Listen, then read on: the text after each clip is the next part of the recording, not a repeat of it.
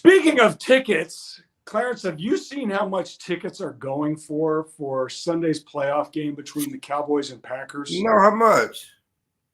Well over $1,000. Well, And I'm talking for bad seats. Like not even good seats. I'm not talking 50-yard line, 2 rows up. I'm talking like hundreds and hundreds and hundreds and hundreds of dollars up in the 400 levels. That's how much these fan bases care about these teams.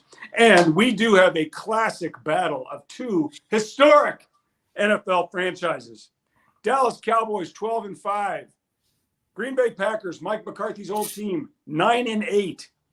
Both teams share one thing in common, and I'm not talking about Mike McCarthy. Both teams are 7-3 in their last 10 games. Clarence, Dallas is a 7.5-point favorite. 7.5. What worries you? What worries you about this team that is a 7.5-point favorite against Mike McCarthy's old team? The worries are the Cowboys' recent playoff history, but you know that guy, the picture that young quarterback who's playing with a hot hand, who has some nice receivers, but more importantly, the Packers' running game. They look pretty good. Aaron Jones has eaten up the Cowboys the last 2 times he's played them. He's rushed for over 100 yards each of the last 3 games, and we know the Achilles heel of this Cowboys team, this Cowboys defense, is the inability to stop the run. It's good that Jonathan Hankins is back. You know, they look better against the run against Washington when Hankins back. He should be good to go this week.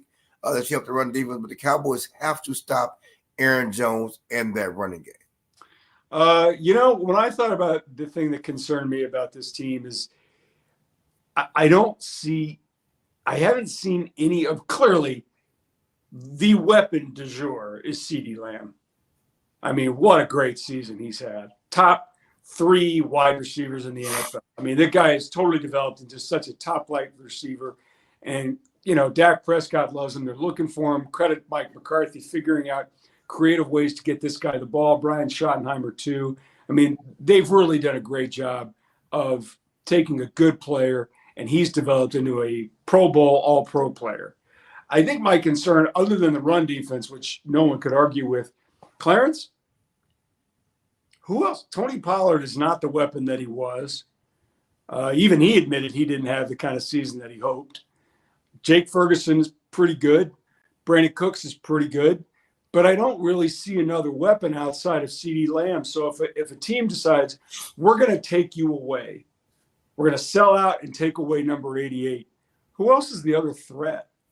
Oh, I mean, I think it's Brandon Cooks. I mean, Brandon Cooks, look at his numbers and what he's done. And you know, certainly since the start of the season, he has 8 touchdowns. I mean, you don't just, you know, receivers. That's not an accident. No, it's not an accident. And I think Tony Pollard running game has gotten better. They certainly look good against Washington. But Brandon Cooks, the good thing about it is, you know, you talk about Ferguson is their weapon.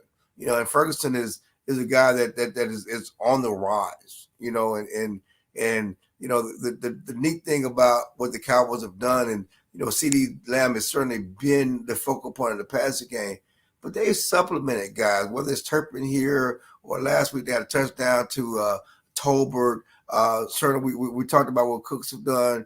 You know, you add in Ferguson, you add in some Tony Pollard. You know, Dak is spreading the ball around. You get the ball to CD, but he's still spreading the ball around and finding other guys, and I think that bodes well. So, you know, we'll see. I mean, again, it's going to be a question. It's going to be a dark cloud because of their history, and people not wanting to trust the Cowboys and trust Dak and trust Mike McCarthy because of their quote unquote playoff history. But can you blame anybody who doesn't trust? No, but and I think it's bigger than this team. I think it's the 28 years of mistrust, more so than this iteration of mistrust. It's the 28 years of mistrust, you know, and they've been sold as bill of goods before. 2007, you know, to me, you know, it was right there. You have home field advantage. You're the best team in the NFC all season.